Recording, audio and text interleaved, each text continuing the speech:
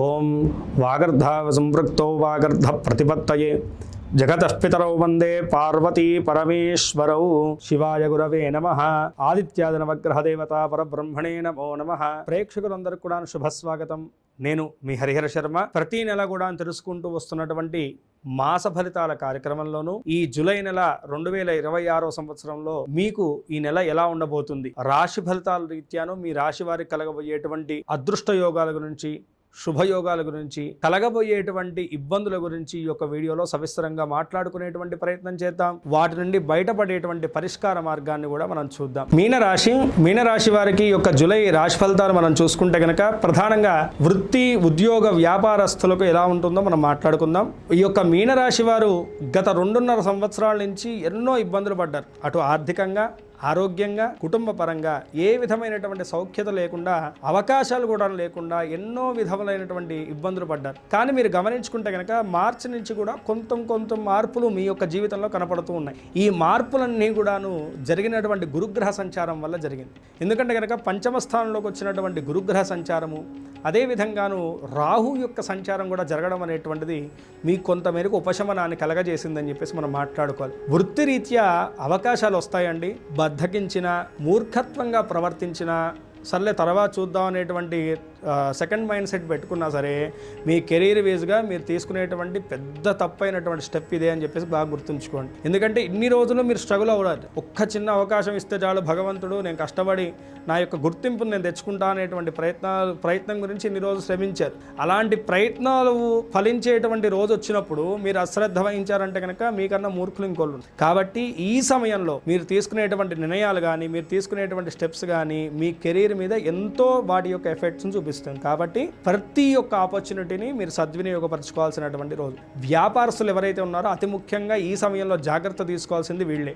ఎవరినైతే కనుక మీరు మొండిగా నమ్మి షూరిటీస్ కానీ, పెట్టుబడులు కానీ పెడతారో వారి ద్వారానే మోసపోయేటువంటి సూచనలు కనపడుతున్నాయి. ఎందుకంటే కనుక వ్యయస్థానంలో జరుగుతున్నటువంటి రాహుగ్రహ సంచారం వల్ల మోసపూరితమైనటువంటి చర్యలు ఉంటాయి.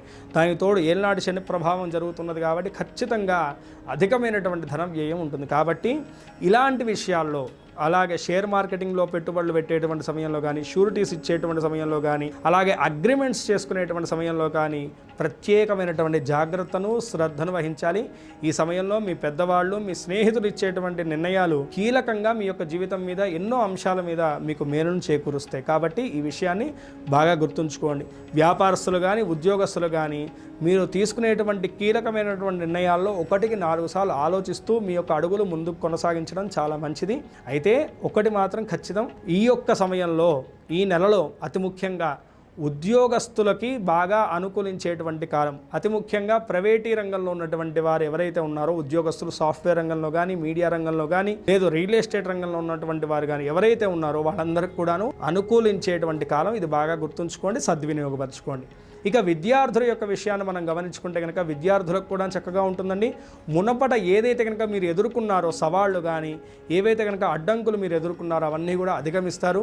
విదేశీ ఉద్యోగం, విదేశీ యానం, వీసా వంటి ప్రాబ్లమ్స్, అలాగే విదేశీ విద్య కూడాను ఈ నెలలో అనుకూలించబోతున్నాయని చెప్పేసి మనం మాట్లాడుకోవాలి.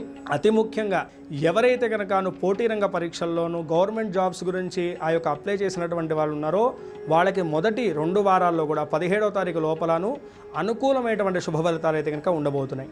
ఇక కుటుంబ రీత్యా మనం గమనించుకుంటే కనుక కుటుంబ రీత్యా మీ పిల్లల యొక్క అనారోగ్య సమస్యలు కానీ, మీ భార్య గారి యొక్క అనారోగ్య సమస్యలతో ఎవరైతే కనుక ఇన్ని రోజు సతమతపడుతూ మానసికంగా క్షోభను అనుభవిస్తూ ఆర్థికంగా ఇబ్బంది పడ్డారో వారికి ఖచ్చితంగా ఈ నెలలో ఉపశమనం కలగబోతుందని చెప్పేసి చెప్పుకోవాలి. భార్యామూలికమైనటువంటి ధనలాభం కూడా ఈ నెలలో ఉండబోతుందని చెప్పేసుకోవాలి. ఏవైతే కనుక భార్యాభర్తల మధ్య ఉన్నపాటి చిన్నపాటి స్పర్ధలు కానీ, దూరం కానీ, ఎడబాటు కానీ ఉన్నాయో అవన్నీ కూడా సర్దుబాటు అవ్వబోతున్నాయి ఈ నెలలో అని చెప్పేసి మాట్లాడుకోవాలి. కుటుంబ సౌఖ్యం అయితే కనుక కనపడుతూ ఉన్నది. అదే విధంగాను ప్రేమ జీవన విషయాన్ని గమనించుకుంటే కనుక ప్రేమికులకు కూడాను ఈ యొక్క సమయంలో చాలా చక్కగా ఉండబోతుంది. వ్యయస్థానంలో ఉన్నటువంటి రాహుగ్రహ సంచారం వల్ల మీ ఇద్దరి మధ్య వచ్చినటువంటి ఉన్నటువంటి మూడో వ్యక్తి ద్వారా ఇద్దరి మధ్యలో గొడవలు, అనుమానాలు, స్పర్ధలు వాటిల్లేటువంటి సూచనలు ఉన్నాయి. మూడో వ్యక్తికి మీ మధ్య తావివ్వకండి, చాలు, మిగతాదంతా కూడా బానే ఉంది. ఇక ఆర్థిక ఆరోగ్య వ్యవస్థ రీత్యా ఎలా ఉంటుందంటే కనుకను ఏలినాడి శని ప్రభావం ఉన్నది కాబట్టి ఓవర్ థింకింగ్ ఎక్కువగా ఉంటుందండి. ఈ నిరంతరం కూడా అనవసరమైనటువంటి ఆలోచనలు వెంబడిస్తుంటాయి, భయం వాటిల్లుతూ ఉంటుంది. అంటే పెద్ద పెద్ద పనులు చాలా సునాయాసంగా చేసినటువంటి మీరే ఈ యొక్క సమయంలో చిన్న పని చేయడానికి కూడా 1-10 సార్లు ఓవర్ థింకింగ్ చేస్తుంటారు. ఇది నా వల్ల అవుతుందా, వర్కౌట్ అవుతుందా లేదా అనేటువంటిది. అసలు అలాంటి థింకింగ్, ఓవర్ థింకింగ్ చేయడం అనేటువంటిది ఈ సమయంలో అస్సలు పనికిరాదు. ఏదున్నా సరే మీరు మనోధైర్యంతో ముందడుగు వేయండి, అంతా కూడా క్షేమం వాటిల్లుతుంది. ఇందాక నేను చెప్పినట్టుగా ఆరోగ్య రీత్యా మీకే కాకుండా మీ కుటుంబ సభ్యులకు కూడా చక్కగా ఉండబోతుంది. అది ఎంతో మీకు మనోధైర్యాన్ని కూడా కలగజేస్తుంది, కుటుంబ సౌఖ్యం లభిస్తుంది, మిత్రుల యొక్క సహకారం కూడా ఉంటుంది. అయితే ఒక్క చోట మాత్రం ఉద్యోగ ప్రయత్నంలో కానీ, ఆ యొక్క వ్యాపార ప్రయత్నంలో కానీ ఒకరిని నమ్మి మోసపోయేటువంటి సూచనలు కనపడుతున్నాయి. ఆ విషయంలో మాత్రం ఖచ్చితమైనటువంటి జాగ్రత్త తీసుకోవాలి. ఇక ఆర్థిక పరంగా చూసుకుంటే కనుక పెద్ద మెరుగుదల లేకపోయినా సరే అవకాశాలు వచ్చేటువంటి సూచనలు ఉన్నాయి. ఇందాక నేను చెప్పినట్టుగా ఎవరిని మొండిగా నమ్మి డబ్బు నష్టపోకండి, ఇదొక్కటి మాత్రం బాగా గుర్తుంచుకోండి. పూర్తి స్థాయిలో చూసుకుంటే కనుక 70% అనుకూలమైనటువంటి ఫలితాలు కనపడుతున్నాయి. మరింత అనుకూలమైనటువంటి ఫలితాలు పొందడానికి ఈ యొక్క నెలలోను ప్రధానంగా మీరు చేయాల్సినటువంటి దైవారాధన ఏమిటయ్యా అంటే కనుక శివారాధన కానీ, కాలభైరవ స్వామి వారి యొక్క ఆరాధన చేయడం చాలా విశేషమైనటువంటి ఫలితాలను కలగజేస్తుందండి. శనివారం నాడు మీ దగ్గరలో ఉన్నటువంటి శివాలయానికి వెళ్ళి ముందుగా నవగ్రహాల దగ్గర దీపారాధన వెలిగించి నవగ్రహ పీడాహర స్తోత్రం అనేటువంటి స్తోత్రాన్ని పారాయణం చేస్తూ నవగ్రహాలకు 27 ప్రదక్షిణాలు చేయండి. అయినటువంటి తర్వాత శివుణ్ణి అర్చన చేయండి. తెల్ల పూలతో కానీ, బిల్వదళాలతో కానీ స్వామివారిని పూజ చేసుకోండి. ఇలా ఈ నెలలో ఉన్నటువంటి 4 వారాలు పూజ చేయడం చాలా మంచిది. అదే విధంగాను వ్యయస్థానంలో ఉన్నటువంటి రాహు వల్ల ఈ మోసపూరితమైనటువంటి చర్యలు తొలగిపోవడానికి, రాహుగ్రహానికి, అదే విధంగాను పంచమ స్థానంలో జరుగుతున్నటువంటి శుక్రుడి యొక్క ప్రభావం వల్ల కలిగేటువంటి కుటుంబ పరమైనటువంటి ఇబ్బందులు తొలగిపోవడానికి శుక్రగ్రహానికి తగు పూజలు చేయించి కేజింబావు మినుములను,